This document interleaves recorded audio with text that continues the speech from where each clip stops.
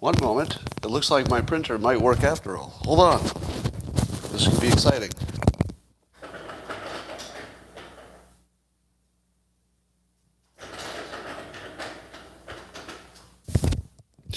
Well, I have to tell you that, like a technical stud that I am, I changed my mesh network yesterday, which means that all my devices don't know what my network is, but they're learning.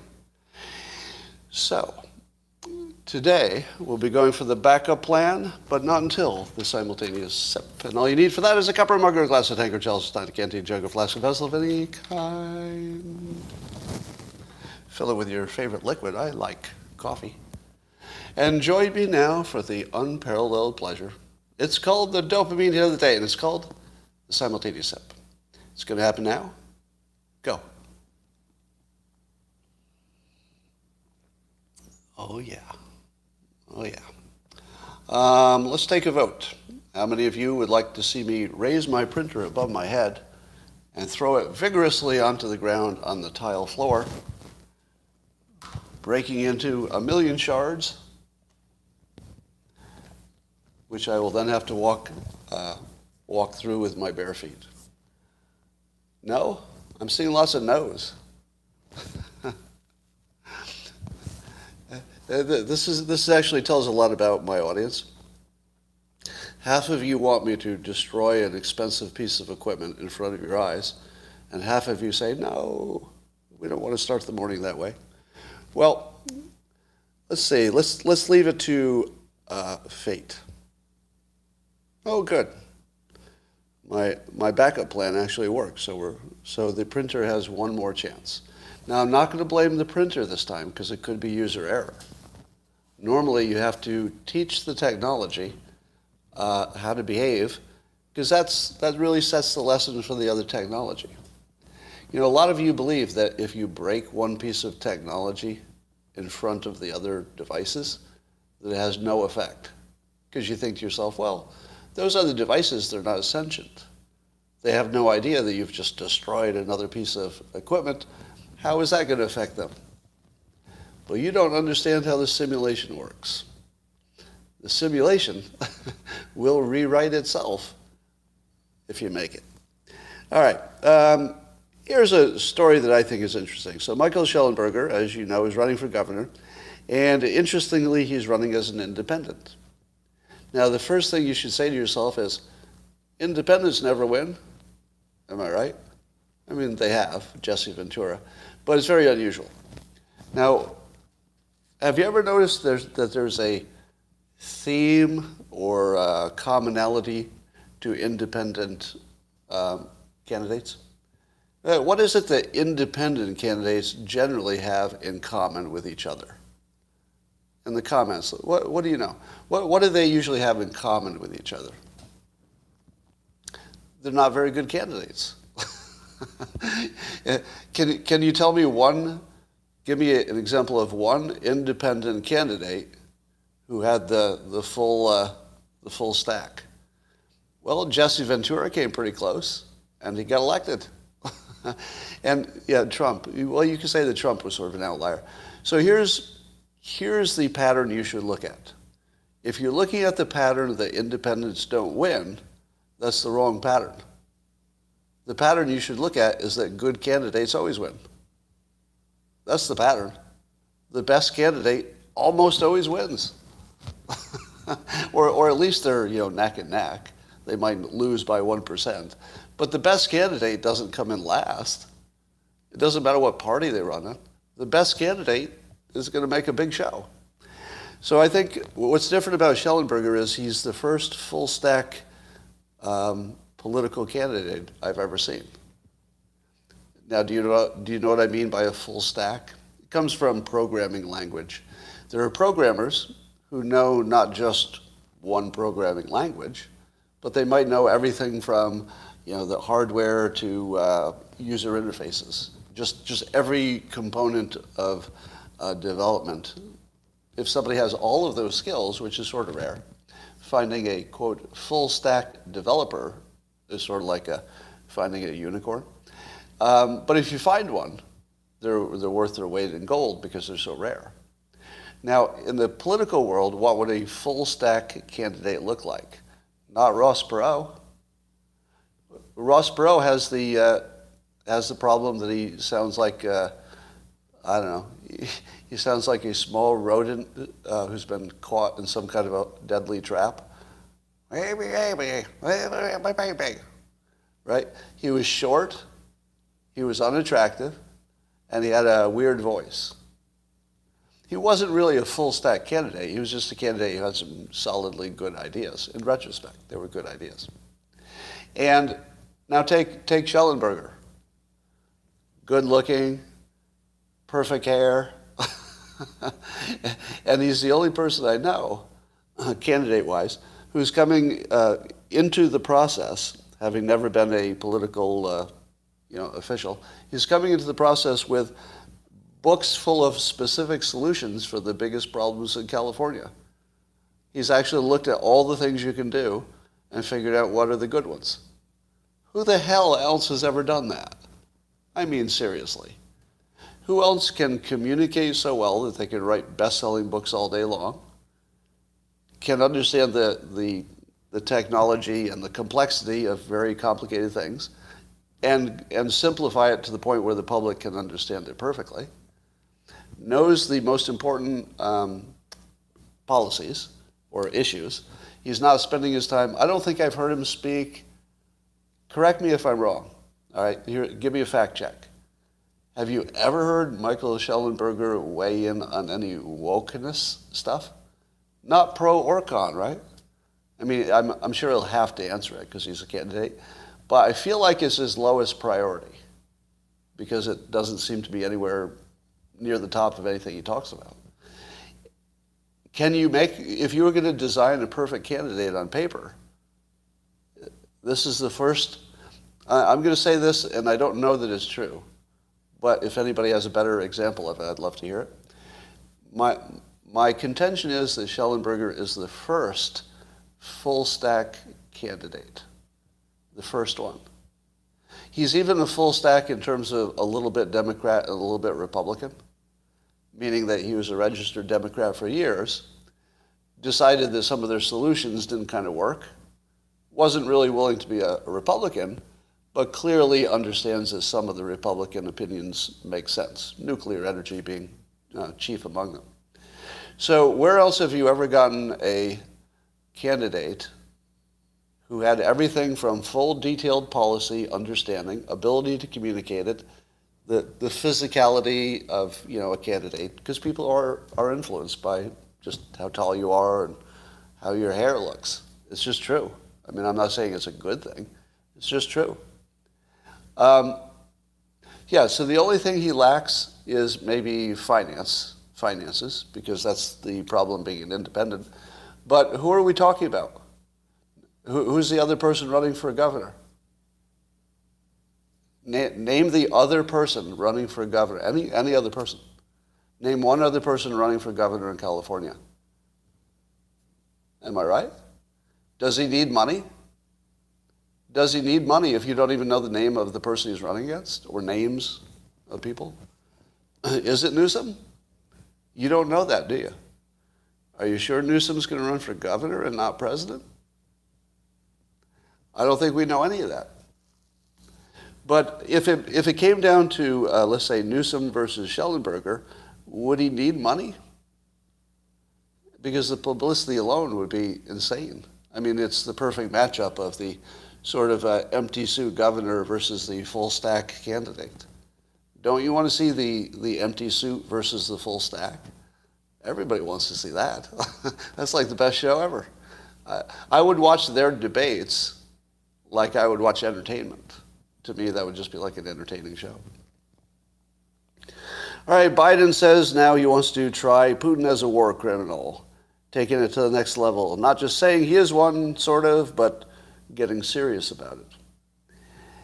Now, I saw Joel Pollak's opinion that could be making things worse if you ever hope to have a negotiated outcome. It's pretty hard to have a negotiated outcome with somebody you've labeled as a war criminal that you plan to put on trial. Now, there's no real risk that Putin will be on trial, because I don't think Russia buys into the process any more than the United States does.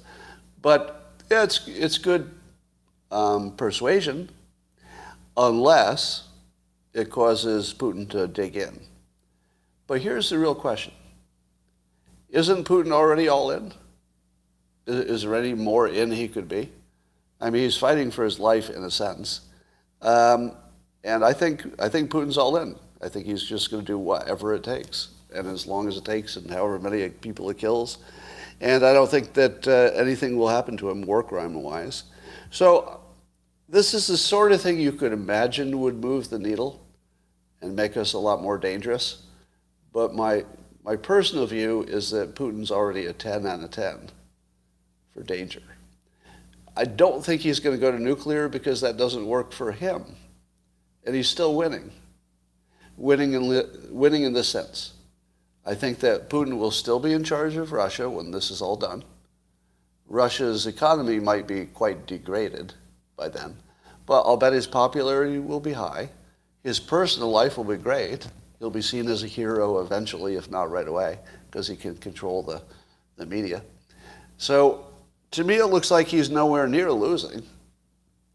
So I'm not too worried about the war crimes thing, because all that really does is says it's going to be hard for him to travel, I guess, and get any respect in the world.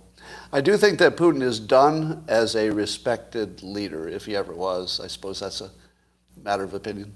But don't you think that he will no longer be invited to anything unless they need his energy? In which case, if they need his energy, then it'll go right back to normal as soon as they can. Yeah, we'll buy your energy. Speaking of Russian atrocities, so it does appear there's more and more evidence that the Russians are committing war crimes. But let me ask you this. Name the war that didn't have any war crimes on both sides. Do you think there's ever been one? Do you believe there's ever been a war, like a serious war, where there weren't war crimes on both sides? Yeah, do you remember all the war crimes that the Americans committed in World War II? You don't, do you? I can tell you that I personally spoke to someone who's no longer with us. He's passed away. But I personally spoke to someone who was involved in a war crime, a big one, where they lined up the Germans and just killed them all. Out of revenge, they were mad. That really happened. Now, I'm not going to give you the details because I don't want you to know who it was. But a real person who was really there during the crush across Europe to end Germany's run.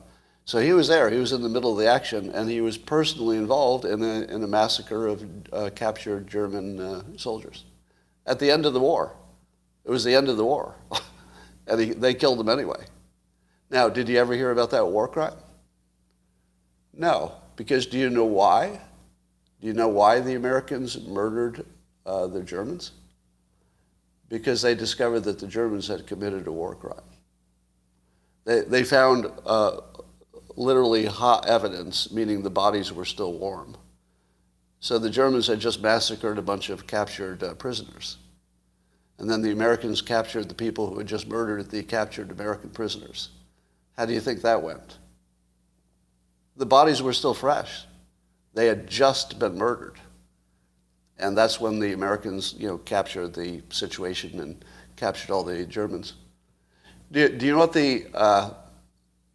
the most chilling sentence I've ever heard? It came from this individual. And I asked him one time, in World War II, did you take prisoners? Because to me it seemed unlikely.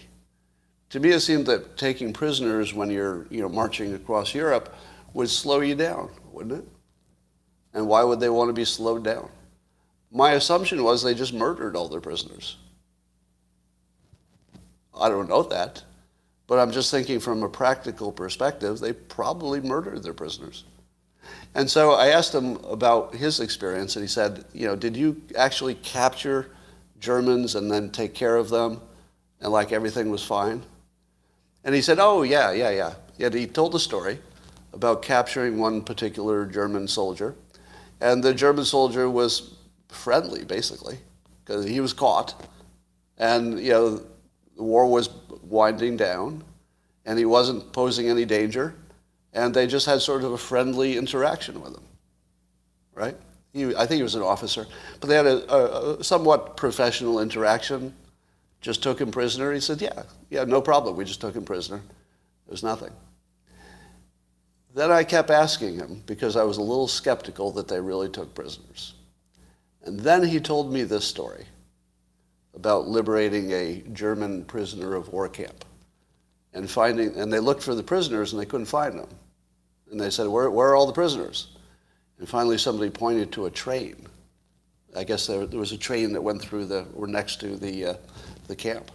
And they opened up the doors of the train, and all of the dead, recently machine-gunned prisoners fell out, dead. They had put them in the trains to take them away because the American forces were coming. They were going to remove them, but they didn't have time.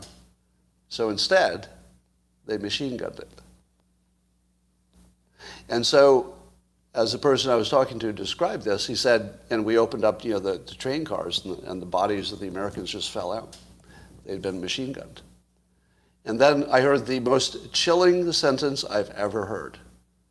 And he looked at me and he said, that day, we didn't take prisoners.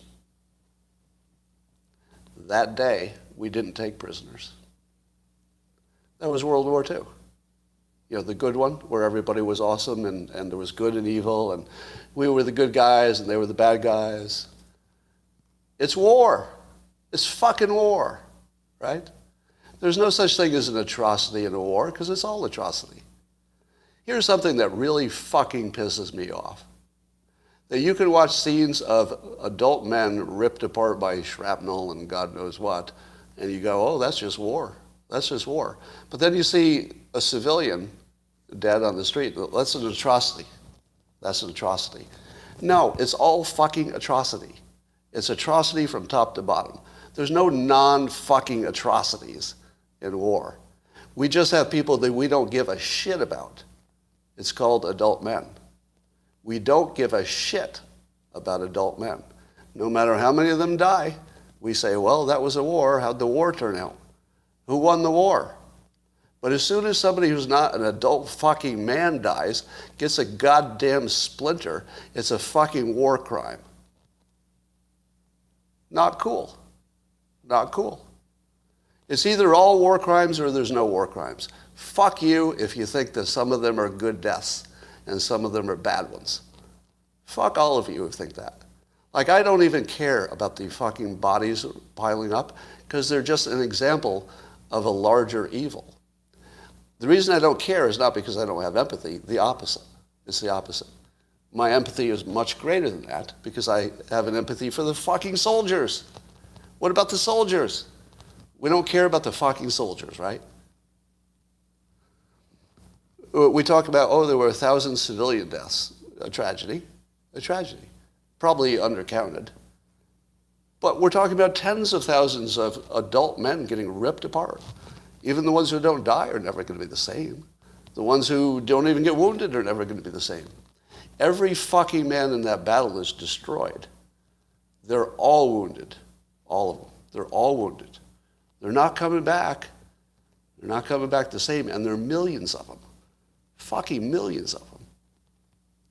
Yeah, let's talk about the picture of the little toddler who died on the beach. Tragedy. Not minimizing it.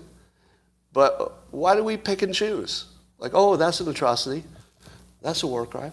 Oh, that's just a battle. That's just a fucking battle. All right, here's what the Soviets have done and the Russians have done, according to Peter Bergen on CNN. These are just some of the things they've done. And the Soviet Union killed over 1 million Afghan civilians. 1 million. The Soviet Union killed 1 million civilians in Afghanistan. Russia's first war in Chechnya in 1994, 25,000 civilians died in just 2 months of fighting in Grozny, the capital. During the second Russian war in Chechnya, Russian soldiers summarily executed at least 38 civilians in Grozny. And on February 5th, 2000, Russian soldiers summarily executed at least 60 civilians. Now, this, of course, is according to various human rights groups, so I really don't know how to assess the validity of them. But Peter Bergen thinks they're real. It's on CNN. The International Federation of Human Rights found the Russians in Chechnya engaged in summary executions, murders, physical abuse, tortures, etc. To which I say, it was a war. It was a war. Do you know who's left out? How about the adult fucking men who died? It's not even a fucking statistic. Not even a statistic. It's not even in the fucking story. Don't even care. Oh, adult men? Yeah, just go die. And we'll make news out of it. We'll get some content out of it.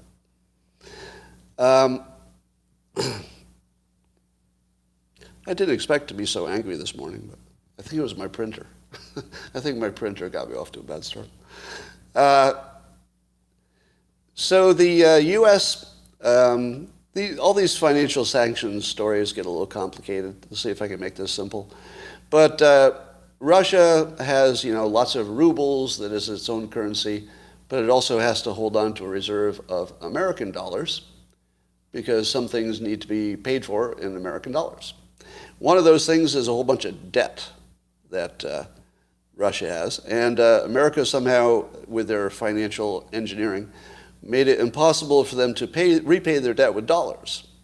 Because I guess we somehow we blocked their access to the dollars that they owned.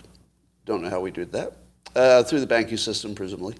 And so that's going to push Moscow into either default on their loans, which is a pretty big problem, or, given that their U.S. dollars are limited, apparently that's how they buy weapons. So Russia can't fund its war, not weapons so much. I guess they make their own weapons. But in terms of funding their war, they need U.S. dollars. Is that weird? Do you believe that Russia can't fund their own war when they're a weapons manufacturing country and they've got their own currency, that they can't do it without the dollar? I don't know. I'd like to hear some details on that, but there must be something that they buy internationally that is required to keep the army running. What is that? And who's selling it to them? And why do they only take dollars? I don't know. I have some questions about that. All right, most important thing that's happening today is, as you know, Elon Musk bought over 9% of Twitter, which makes him by far the biggest stockholder. And today he was granted a seat on the Twitter board. Now, let's look at some context. I always thought it was smart when Jeff Bezos bought the Washington Post. Because if you're a billionaire, you want to be able to control the narrative, right? Because big news affects you because you're a big player in the world. And so it just makes sense that if a billionaire can buy a financial organ, they should do it. They should do it because it gives them some control over the narrative. And the Washington Post, like the New York Times, are the papers of record, so to speak. So if it's in one of those papers, then it's real. If it's in some smaller publication, well, it might be real, it might not be, but yeah. So, and I also love the competition between Elon Musk and Jeff Bezos. So they both got rocket companies, both trying to be the richest person. And so far, Elon's rockets are better than, is it Blue Horizon? Is better than Bezos' rockets. But I think Musk just topped him on media control as well. Because Bezos bought the Washington Post, which sort of a dying industry in a way. Whereas I would argue that having some kind of influence on Twitter, and I think Musk will have a lot, is a bigger play. It's a better play. So I think that in the battle of the billionaires, I think Elon Musk has got a better play. Because if you're gonna try to control the consciousness of the world, Twitter is how you get to all the reporters. All the journalists are on Twitter, but not everybody reads the Washington Post. So I feel like he found the right lever, the right choke point for influence. Now, given that Elon Musk is not about so much about his own message versus free speech, seems pretty consistent about that. I think that you're going to see a free speech model coming here. It'll be interesting. Now that he has a board seat, what do we expect? Well, first of all, if I worked in the marketing department of Twitter, I would be very worried right now. Because Elon Musk is now replacing everything that the marketing department does for Twitter. Am I right? The Twitter stock went up 27% or something. Well, that's what marketing's supposed to do, right? They're supposed to get that excitement up. And so I think, Elon just tweeting and being on the board and buying stock and doing whatever he's going to do next, which will also be interesting, I'm sure. You don't even need marketing anymore. You just fire the whole marketing department. Here's what I want to see more than anything, and we might actually see this.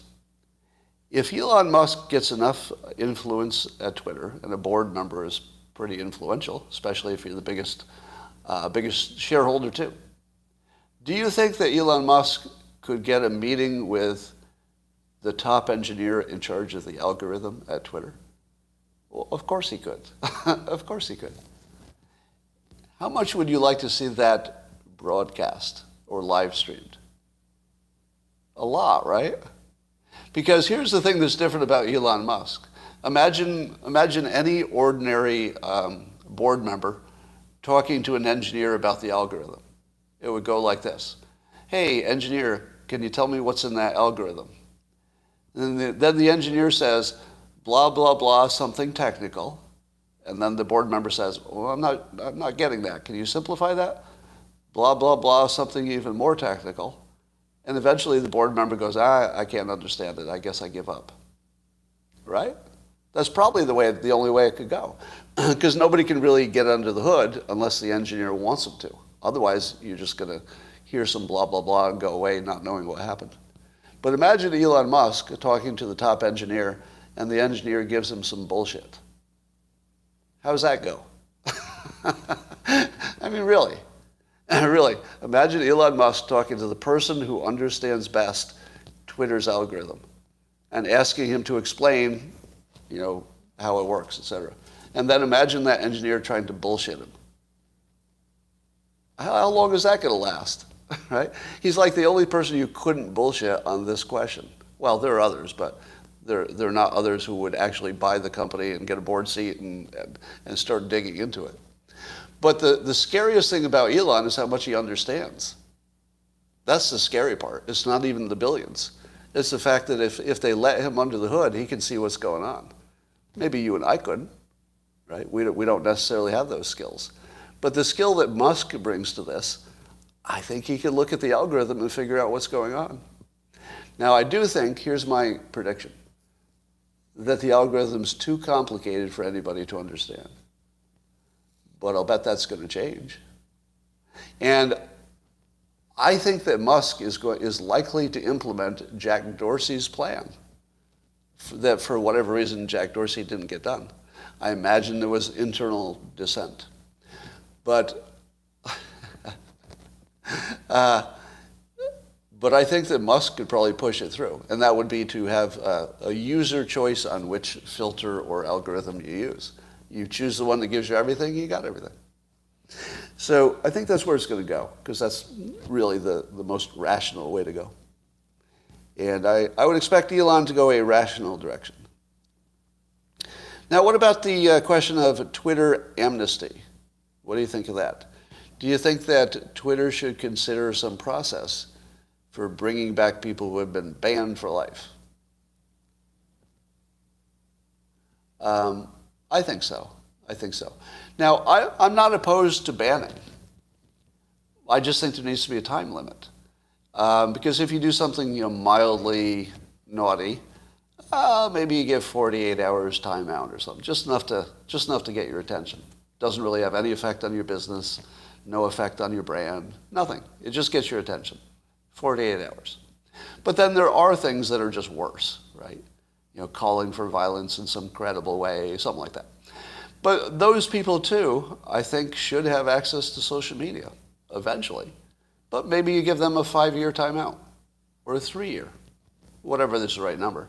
And you just say, all right, you got 3 years. If you come back, we're going to watch you because we're going to watch you carefully because you had trouble. If you're fine for the next few months, we'll stop watching you. Something like that. Now, don't you think they could have some kind of an amnesty policy that just had some kind of clarity on it that you could get out of jail eventually? I think so. What's that? When you're convicted because what you posted was actually illegal. Oh, is that true? All right. So maybe that'll happen. All right, the Shanghai situation is getting pretty bad. 25 million people in lockdown.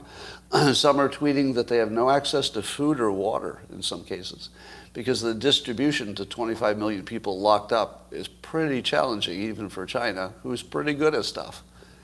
And I saw a tweet that usually there are 100 ships backed up in Shanghai at the ports, but now there are 300.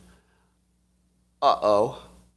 The two biggest problems in the world are probably China locking down and affecting the supply chain, and secondly, fertilizer. I think fertilizer is going to be the big problem because apparently you need petrochemicals to make fertilizer. And if you don't have petrochemicals, you can't do anything. You can't make plastic, fertilizers. Civilization will start to decline. So those are the things I worry about. I worry about supply chain and fertilizer. I worry less about availability of energy. I think we could work that out. But the cost of it is going to be crazy. So maybe what will come out of this is some maybe alternative way to fertilize. Maybe. Maybe indoor growing is how you get away with less fertilizer. Is that one way to do it? I don't know. Well, you could get away with less pesticides, I guess, fewer pesticides. Jon Stewart, as you know, has come back on the scene, and he's doing a sort of a serious show about the big problems in the world. But he went hard at the question of systemic racism with, I guess, Cory Booker. He couldn't even get Cory Booker to go as far as he was going in hating white people for their racism.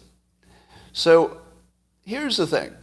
I agree with Jon Stewart that systemic racism exists. But unless he's talking about what to do about it, why do we need to hear it? Well, what's the point? There are lots of problems that exist that you just can't do a damn thing about. We don't talk about them to death because there's not a damn thing you can do about it. But if Jon Stewart is not suggesting specific fixes for stuff, all he's doing is insulting us for a paycheck, I think. I mean, I need some solutions. And I don't know what exactly has he recommended for fixing systemic racism. All right. Wall Street Journal has an article that the rate of depression of middle-aged women is through the roof, but part of it might be sexism. That's my own interpretation. Their interpretation is that some of the people who are getting antidepressants, the women, might actually be suffering from hormone fluctuations that are somewhat normal as they approach menopause. So we might be giving antidepressants to women who just have temporary problems with their, and normal, natural problems with their hormones as they reach a certain age. That's pretty scary shit. That's pretty scary. Yeah, and the sexism part is that I imagine that women are being treated like men, basically. If men get an antidepressant, it's probably because they're depressed. If women act sad, it could be because they're depressed in the same way as men, but also it could be a hormone thing. And if they just get treated like men, they're just going to get antidepressants no matter what they're complaining about, as long as it's depression related. So I think my instinct is that this is right. And if you've ever talked to anybody who had hormone replacement, they're pretty happy with it. Let me see in the comments. Maybe my experience is unique. But the only time I've heard of people getting hormone replacement, they were delighted. And I understand that the risk, if you're over 50, is actually low.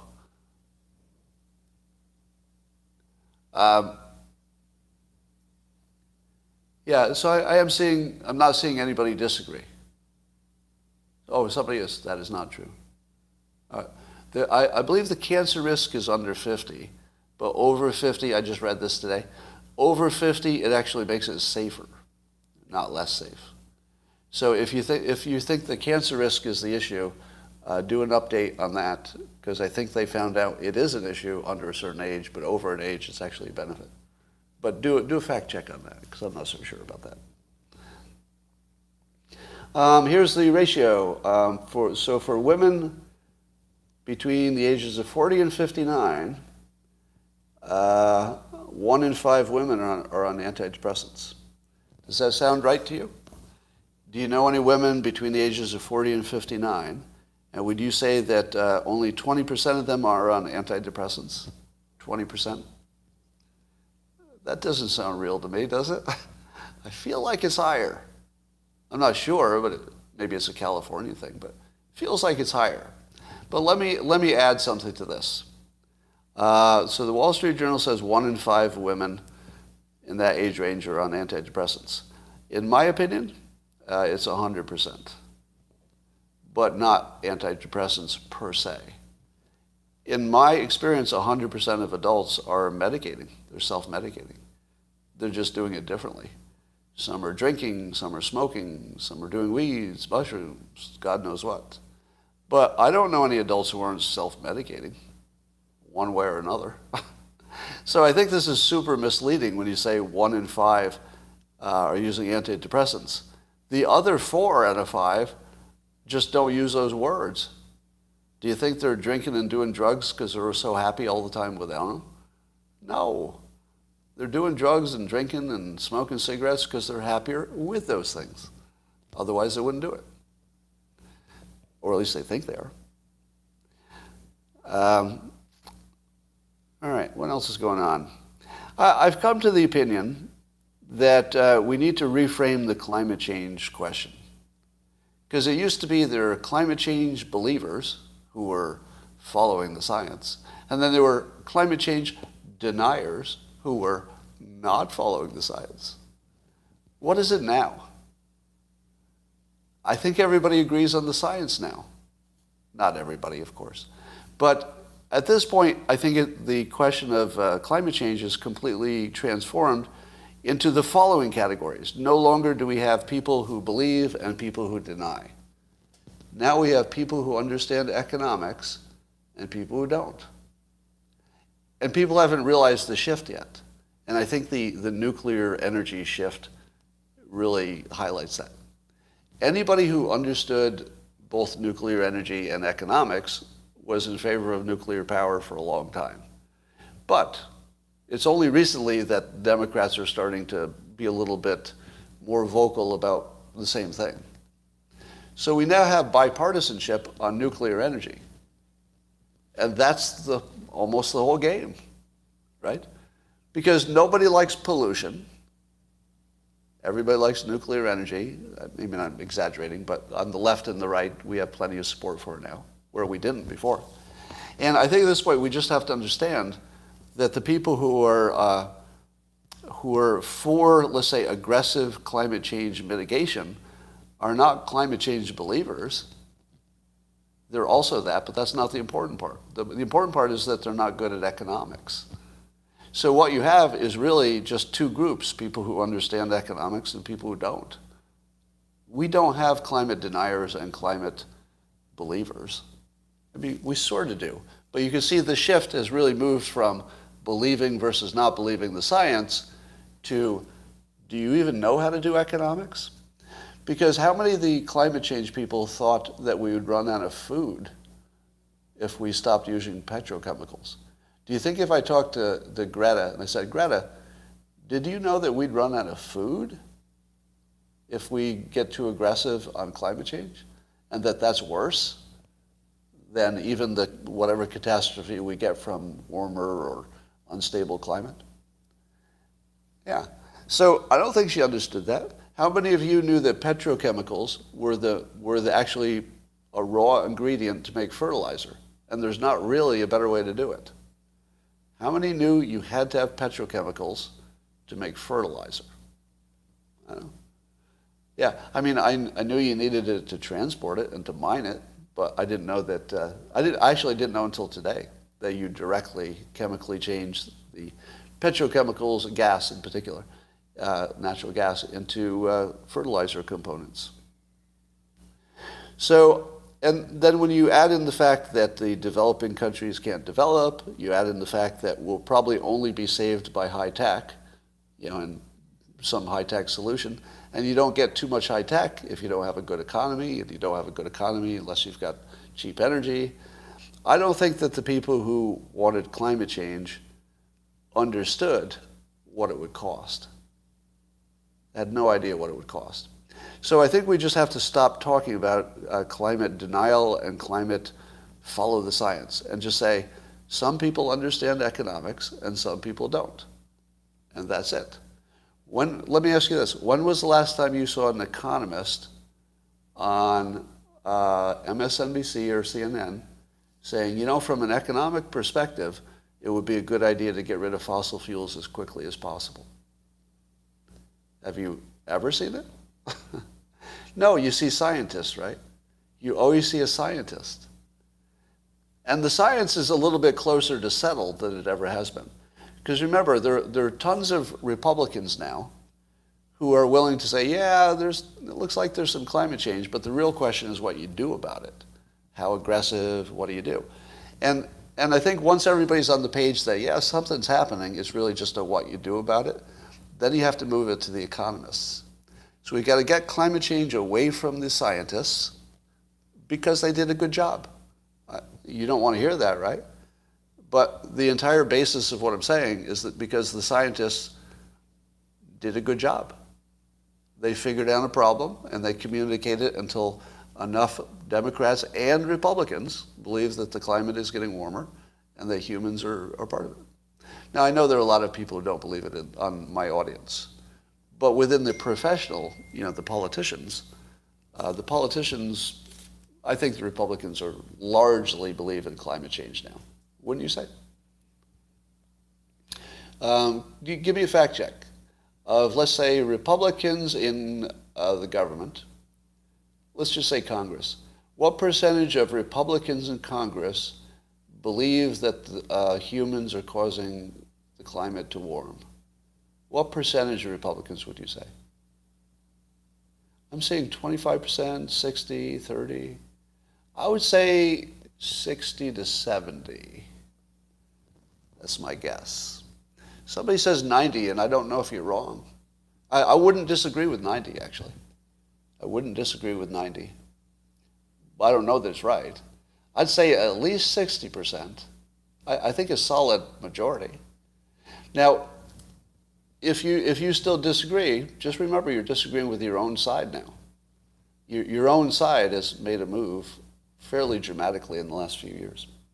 And I think some of it has to do with the fact that if nuclear energy can be seen as a solution, then I think a lot of Republicans are willing to say there was a problem. You know what I mean? If everybody's willing to go nuclear, then I think the Republicans can say, all right, well, maybe there's a little bit of a problem. Because at least we're doing something smart. At least that's something.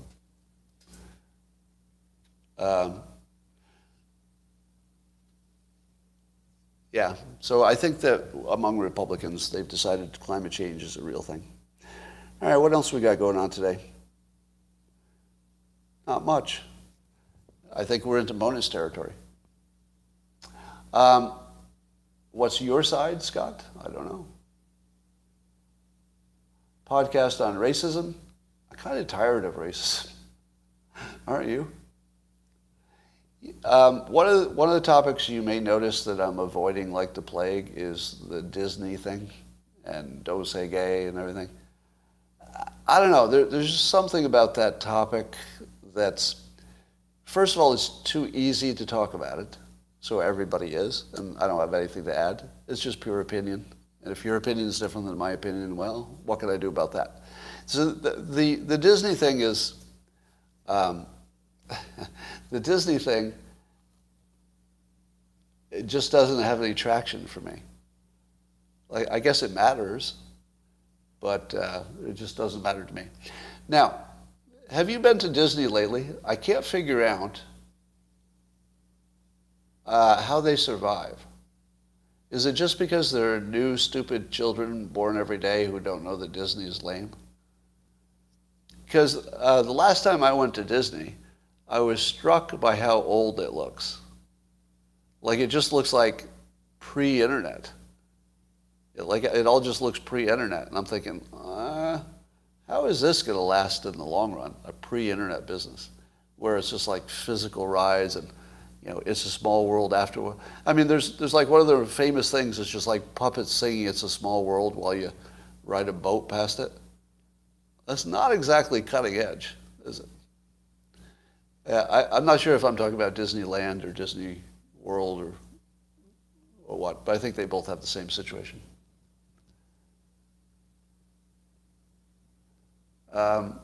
For very young children, yeah, it makes sense. But I still see lots of adults who can't wait to go. All the time I hear adults say, oh, I can't wait to go to Disney. And they use their kids as an excuse. Nostalgia, yeah. Epcot is better? Probably. All right. Is there anything I haven't mentioned that you desperately want me to? Are there any topics? Oh, let me just put a bow on the atrocity thing. I don't believe the video of the atrocities from Bucha, the people who were left on the street with their hands tied. So I don't believe that's real. I also don't think it makes any difference. Because what I think is happening is that fake atrocities are being faked because the real ones don't have any video. That's what I think. I think the reason for faking atrocities is, number one, to get an advantage, right? Political advantage. But number two, there probably, almost certainly, are real atrocities, but nobody has a picture of it. So if you can't get a picture of the real ones, is it really unethical to fake one? What do you think? Suppose they knew for sure there were real atrocities, but they can't prove it. So they fake one that's, video ready, and then the world can see it. Is that unethical? I mean, it's a war. I'm going to say no. It's a lie. If you want to say all lies are unethical, then okay. I mean, I would accept that point of view. But in my personal opinion, it's war. It's war. It's all atrocity. It's all inappropriate. All of it. So I think it is ethical. It's ethical within the context of war. Because it is true, you have to use a lie to convey the truth. Now, that's what hyperbole is sometimes too, right? Hyperbole is a lie that if you do it right and you're doing it in a somewhat ethical way, the lie is convincing the public of something that's useful to them and they should know, and the world's better off. So I'm sort of in favor of the faked atrocities so long as we know that there are real ones. And I think we do know that because it's war. Now, do you remember all the video you saw of the Ukrainian military atrocities? Did you see any? I saw one video of some Russians claiming that the Ukrainians shelled something like a residential building, but no evidence. It didn't look real to me. Yeah. So what are the chances that the Ukrainians? Oh, the leg shooting. That's right. Yes, there was the leg shooting video. You're right. So that looked pretty darn real. I don't know how you could have faked that one. That looked really real.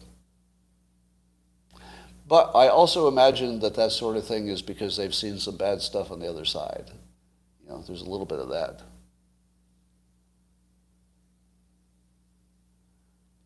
The raped and murdered woman with a swastika painted in her own blood.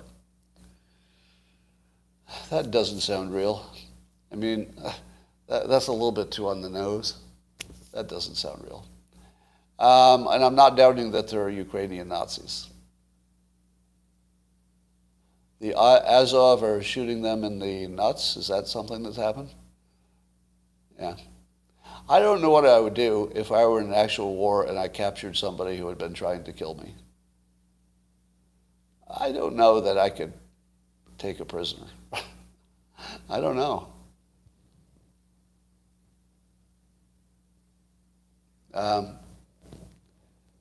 And apparently there's some effort by the Ukrainians to do massive phone callings, cold calling into Russia to try to convince them to quit the war. So your mind changes in war, yeah.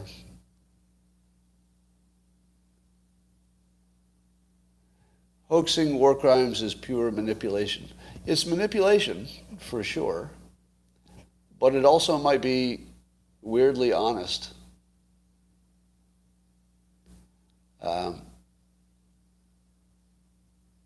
How to handle dog owners whose dogs bark and snarl at your dog. Well, I could tell you once at the dog park, there was a bigger dog that once attacked my dog. And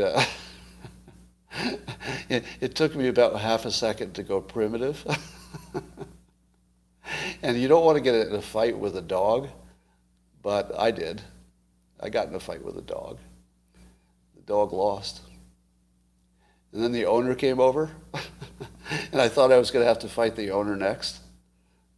But it turns out if you beat up an owner's dog in front of him, he doesn't want to fuck with you because he was next.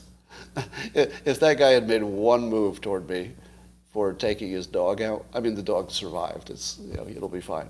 But I did kick the shit out of his dog to get it off my dog. So I just went primitive on it. And the owner comes over, and I'm still kicking the shit out of his dog. And I just turned and looked at the owner with the "you're next" look. Do you know what the "you're next" look is, right? You're kicking the shit out of the guy's dog. And the dog was trying to kill my dog, right? So, I mean, it was self-defense.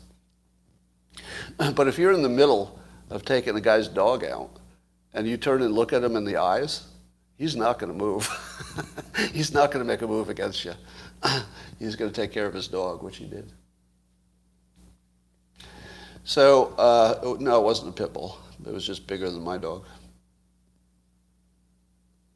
Sometimes being a psycho is justified. True enough. And by the way, I love dogs. So I would never hurt a dog except in self-defense. Would you bring a dog like that to the dog park? Well, that might be part of the conversation I had with the owner. You might not be surprised that the question of should this dog be in the dog park, it came up. It came up. I believe, if I recall, I told him never to come back. I believe I banned him from the dog park. I don't know if he ever came back, but I'm pretty sure I banned him. I didn't have the power to ban him from the dog park, but I don't think you'd want to have a second round with me. Keep your dog out of my effing mouth. Keep your dog's name out of your mouth.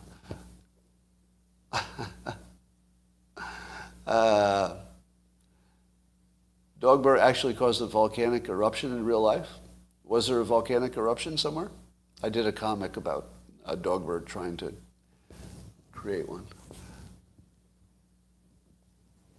The Philippines' second most active volcano, Taal, erupted on Thursday.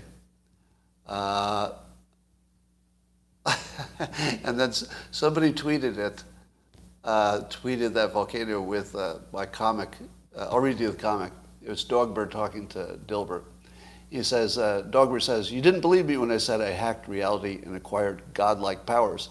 So I will demonstrate my powers by making a long dormant volcano erupt in Albania's biggest city." And then Dilbert says, "Couldn't you use your powers to do something good instead?" And Dilbert says, "Too late. This is on you." So it wasn't Albania, but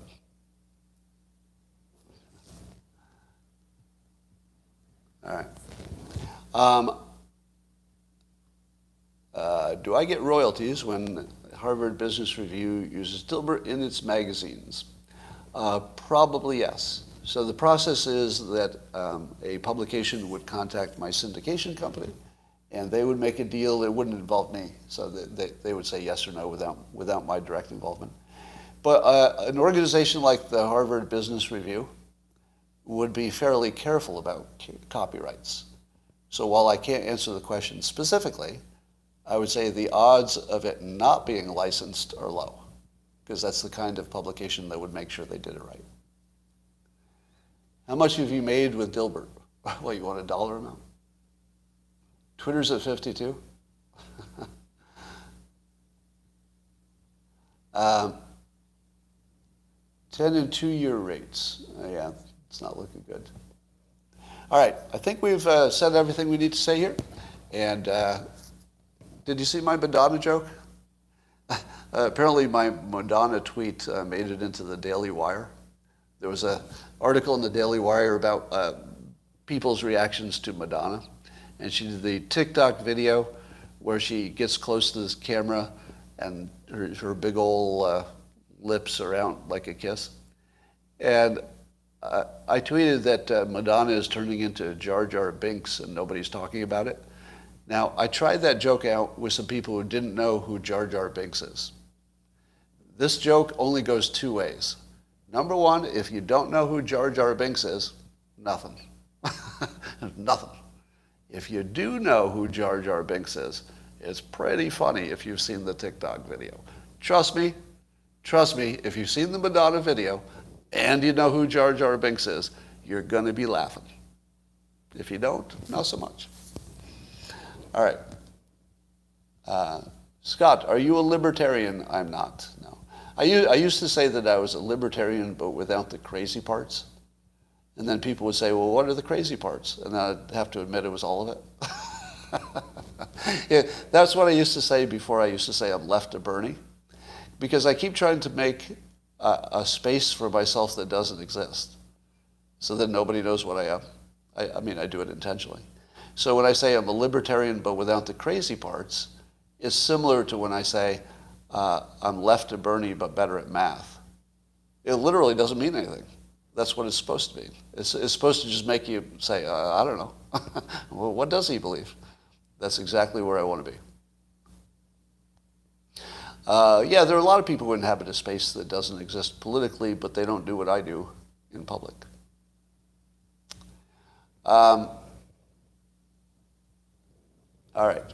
And YouTube, thanks for joining. And hit that subscribe button if you haven't. I probably should say that more often. I feel bad that, what's his name? Russell Brand has like millions of subscribers. Don't I deserve at least 1 million? YouTube, come on. I deserve at least 1 million. Yeah, Russell Brand has 4.5 million subscribers. At least 1 million. Just 1 million, that's all I ask. Because I believe my content is better than Russell Brand's, except his is more entertaining. He does have that over me. But I think mine is smarter. According to me. All right, that's all for now. Yeah, he is better than me. I'll give him that. Yep. I hate to admit it. I hate it when somebody does the same job I do, and I just have to admit they're better. It's like Bill Watterson, cartoonist for Calvin and Hobbes. Like, I want to be able to argue that I was a better cartoonist, but I'm not, and I won't be. He's just better. So sometimes you just have to accept it. That's right, Erica. I'm just different. I'm different. I'm not worse. I'm just different. He described Larry Flint as bewheeled.